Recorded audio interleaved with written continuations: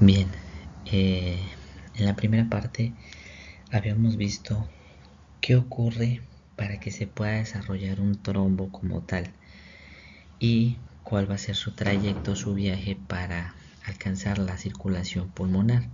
Ahora, una vez nosotros establecemos este trombo ocluye la circulación pulmonar, nosotros vamos a tener dos efectos importantes en el cuerpo. Un efecto que va a ser a nivel hemodinámico y un efecto a nivel de la parte ventilatoria. Esto es muy importante, sobre todo cuando veamos lo que sería tanto el diagnóstico como la parte del tratamiento propiamente dicho. Lo primero que tenemos que tener en cuenta es que si nosotros tenemos un trombo que ocluye u obstruye la circulación, significa que va a aumentar la resistencia, va a afectar o va a generar un bache, una obstrucción, una dificultad para que el flujo pase.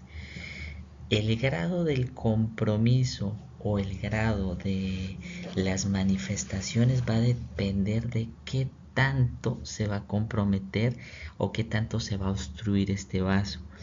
Puede que si la obstrucción o la oclusión es muy pequeña o en una zona muy pequeña no pueda llegar a tener efectos hemodinámicos propiamente dichos.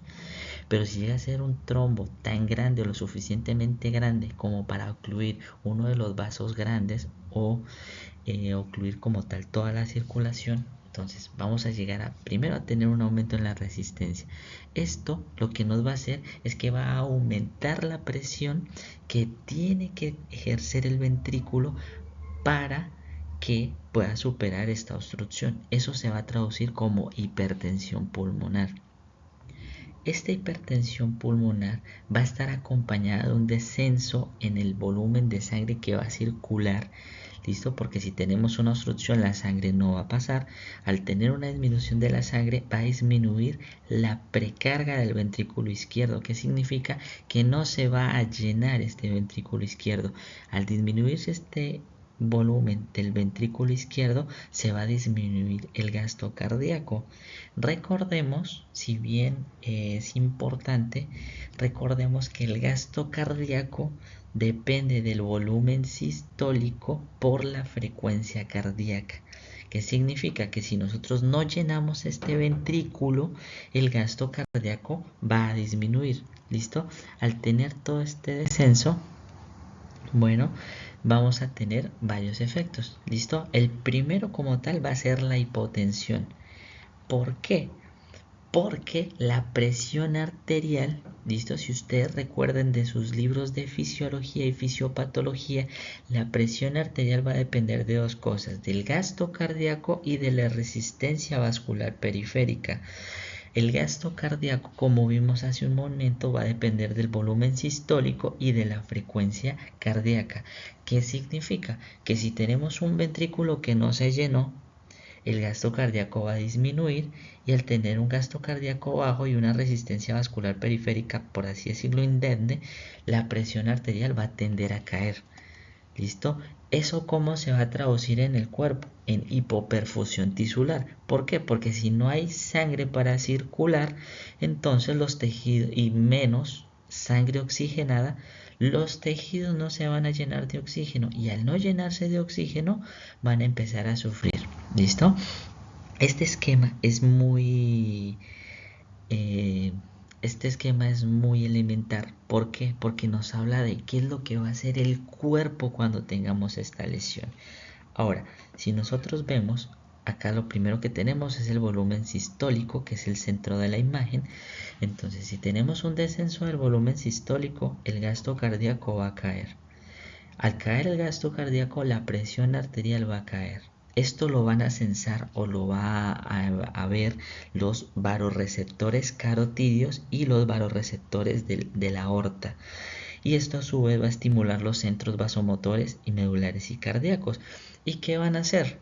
Entonces, si recordamos que el gasto cardíaco depende del volumen sistólico y de la frecuencia cardíaca, si el volumen sistólico cae, ¿cómo va a ser la forma en que compensa este descenso del gasto cardíaco? Pues aumentando la frecuencia cardíaca. ¿Listo? Adelantándome un poco a lo que sería la parte clínica, entonces una de las manifestaciones principales del tromboembolismo pulmonar es la taquicardia. Esta taquicardia es compensatoria de el descenso que va a tener de la presión arterial. Bueno, cuando ustedes tienen un paciente con tromboembolismo pulmonar, ¿qué va a tener? Taquicardia. ¿Por qué? Porque va a compensar este déficit que tiene. Volviendo a nuestro esquema, al aumentar la presión, la resistencia vascular, lo que vamos a hacer es que por el lado del ventrículo izquierdo vamos a disminuir la precarga, pero ¿qué va a pasar en el ventrículo derecho, que es de donde se transportó este trombo? Si ustedes tienen una oclusión, entonces el ventrículo derecho va a tener un aumento de la presión que no está acostumbrado o que no está preparado para sostener. Entonces, acuérdense de algo muy importante que les va a servir para diversas patologías, y es que el corazón se divide en dos cámaras principales, las cámaras derechas y las cámaras izquierdas. Las cámaras izquierdas son cámaras de presión. ¿Por qué? Porque tienen que manejar presiones tan altas para llevarle sangre a toda la circulación, mientras que las cámaras derechas no son de presión, sino que son de volumen. Entonces nosotros tenemos una cámara de volumen, que es el ventrículo derecho, a la cual le sometemos un estrés más del que está habituado. Entonces va a aumentar la poscarga del ventrículo derecho. Esta poscarga del ventrículo derecho lo que va a hacer es que lo va a dilatar. ¿Por qué? Porque la sangre está ahí y no tiene para dónde irse. Entonces el ventrículo derecho se va a dilatar como primera medida. Entonces, tengan en cuenta algo muy importante, y es que vamos a tener dos efectos diferentes a nivel del corazón. Por el lado derecho van a tener aumento de la poscarga, es decir, la fuerza que tiene que tener, que tiene que vencer este ventrículo para poder circular a la parte pulmonar o a la circulación menor. Por otro lado, tienen disminución de la precarga del ventrículo izquierdo, es decir, llega menos sangre de la que debería llegar. Entonces, volviendo a nuestro esquema, tenemos un ventrículo derecho que se va a dilatar más. Esta dilatación es porque necesita aumentar la fuerza para poder vencer la resistencia de este trombo, y porque la sangre no va a poder circular. Esto en el caso de que el trombo sea muy grande y ocluya la circulación menor. Después de que se dilata este ventrículo derecho, lo segundo que va a ocurrir es que va a disminuir el espacio del ventrículo izquierdo. Si vemos este esquema del corazón, lo que nos muestra es que tenemos las dos cámaras, que sería el ventrículo derecho, que tiene unas paredes musculares muy delgadas en comparación de las paredes gruesas del ventrículo izquierdo. Si nosotros invertimos eso y aumentamos el espacio del ventrículo derecho, ¿qué va a ocurrir? Como primera medida es que el septum interventricular, o la pared que separa los dos ventrículos, se va a desplazar hacia el lado izquierdo. Y después de que se desplace hacia el lado izquierdo, va a disminuir la luz del ventrículo izquierdo. Entonces, como les había dicho, el desplazamiento del septum a la izquierda. Lo normal es que cuando se contrae el corazón, este septum interventricular se vaya de la izquierda a la derecha. ¿Listo? ¿Por qué? Porque el ventrículo izquierdo tiene más presión. En el caso del tromboembolismo pulmonar se invierte esto, y esto en ecografía, adelantándome también, vamos a tener un efecto llamado movimiento paradojal del septum, es decir, que este septum interventricular se va a la dirección que no debería ir. ¿Listo? Entonces ahí ya tenemos dos cambios importantes a nivel de la estructura del corazón. ¿Listo? Esta disminución como tal del espacio del ventrículo izquierdo va a hacer que disminuya el volumen sistólico, como ya lo manifestamos antes. Al disminuir este volumen sistólico, va a disminuir el gasto cardíaco, por lo que ya vimos. Va a hipotensarse el paciente, como ya vimos, va a compensarse con la taquicardia. ¿Listo? y va a haber disminución del flujo coronario. ¿Por qué? Porque si ustedes recuerdan, al principio de la salida del callado de la aorta, nosotros tenemos los dos orificios para las arterias coronarias, que son las que llenan al corazón, las que nutren al corazón. ¿Listo? Si ustedes tienen un corazón que tiene disminución en la precarga, es decir, tienen menos sangre de la que deberían tener en el ventrículo izquierdo, va a llegar menos sangre para ahí. Adicionalmente a eso, tienen un corazón que está latiendo muy rápido, está taquicárdico. Al estar taquicárdico, impide aún más que se llene este ventrículo y va a disminuir la cantidad de sangre que llega a nivel coronario. ¿Listo? Esta disminución va a generar injuria cardíaca, es decir, las células no tienen sangre oxigenada. Al no tener sangre oxigenada, las células del corazón sufren. Entonces, vamos a tener en este caso dos cosas muy importantes para que no se nos olviden. Y esto es ya adelantándonos a la parte diagnóstica, y es que si tenemos un ventrículo derecho que está dilatado, al estirar las paredes del ventrículo se va a sintetizar lo que sería el ProBNP, ¿listo? O el péptido natriurético cerebral. Este péptido natriurético cerebral va a ir acompañado de lo que sería la elevación de las troponinas. ¿Listo? Recuerden que las troponinas se van a liberar cada vez que nosotros tenemos una injuria cardíaca. ¿Listo? Entonces, la troponina y el ProBNP son dos marcadores de mal pronóstico en lo que sería el tromboembolismo pulmonar, porque nos están hablando de que esta oclusión es tan importante que fue capaz de generar lesión a nivel del corazón y generarle cambios estructurales, y esto habitualmente se acompaña de un mal pronóstico. ¿Listo? Esto que estamos viendo como tal es lo que sería un esquema de lo que sería un vaso sanguíneo de la circulación pulmonar, de la arteria pulmonar, el cual se va a ramificar y va a rodear los diferentes alvéolos. Este sería un alvéolo. ¿Por qué? Porque en los esquemas habituales que nosotros vemos de fisiología, nosotros vemos el alvéolo con un vaso que lo nutre, pero habitualmente no es solo un vaso el que nutre esos alvéolos, habitualmente están rodeados, y muchas veces tenemos un trombo que está solo en una pequeña porción, en una parte distal, que no va a generar efectos hemodinámicos. ¿Listo? Por lo tanto, muchas veces estos problemas o estas patologías pueden llegar a ser incluso asintomáticas. El grado de compromiso del tromboembolismo va a depender de la microcirculación pulmonar, que es lo que estamos viendo ahora. ¿Por qué? Porque esta microcirculación tiene la función de evitar de que el material embólico ingrese a la parte sistémica. ¿Listo? Entonces, dependiendo de qué tan grande sea el trombo y de qué tanto ocluya de la circulación, va a depender de las manifestaciones. Ahora, ya vimos lo que sería la parte hemodinámica. Ahora volvamos a nuestro esquema inicial, en el cual tenemos un aumento de la resistencia vascular, y este aumento de la resistencia nos hacía hipertensión pulmonar. ¿Listo? Pero vamos a tener en la parte ventilatoria una cosa llamada alteración entre la ventilación y la perfusión, que en algunos libros de literatura, si no es la mayoría, se va a conocer como alteración BQ. ¿Qué significa? Que nosotros tenemos unos alvéolos que se llenan de oxígeno normalmente. Ojo que igual voy a aclarar un poco más de eso ahorita.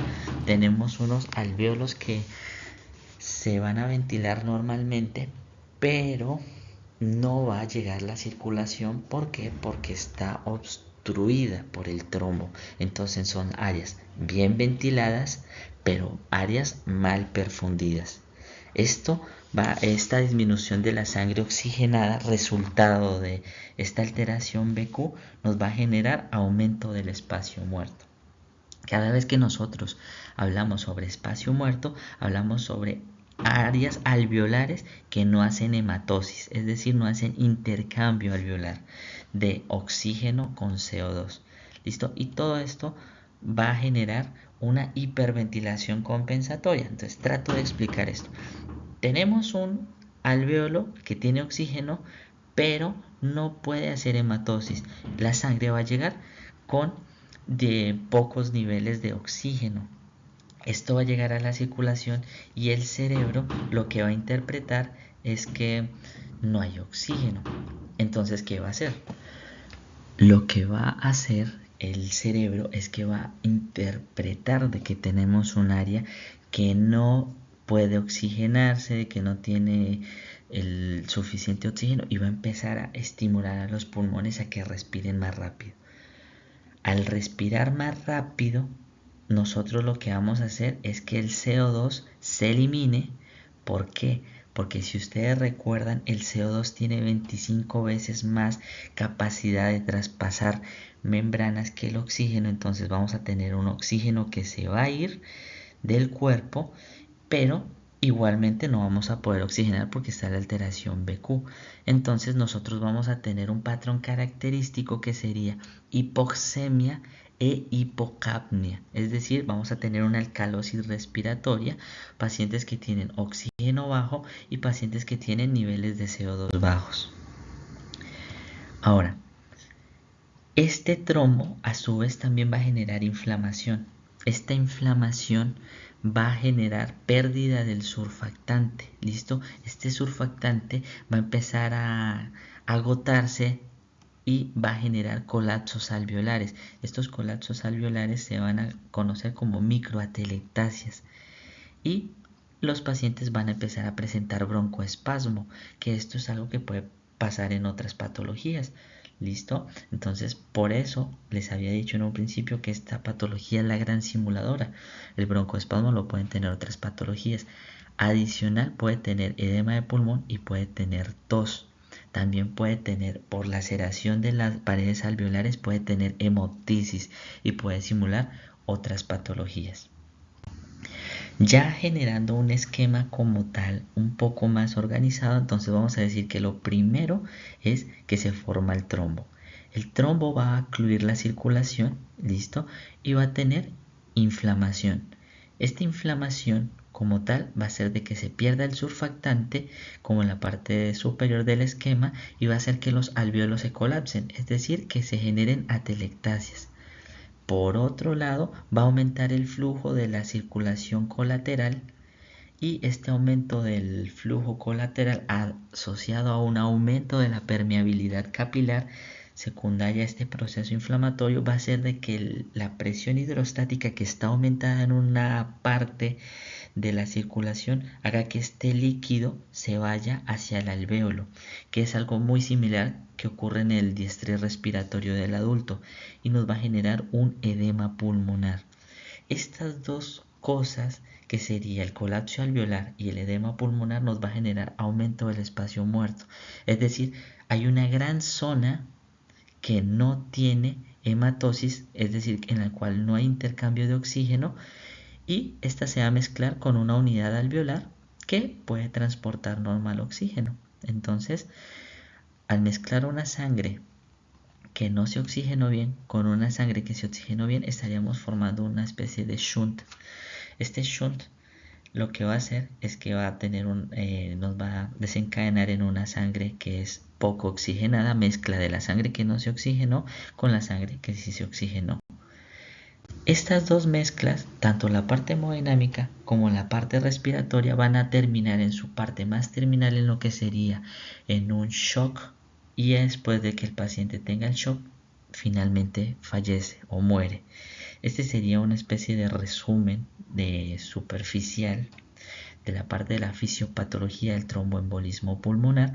Como fuentes de información utilicé la fisiopatología de la enfermedad, octava edición de McGraw-Hill, la terapéutica en medicina crítica, los principios de medicina interna de Harrison en su 21 edición y la fisiología médica de Gayton y Hall.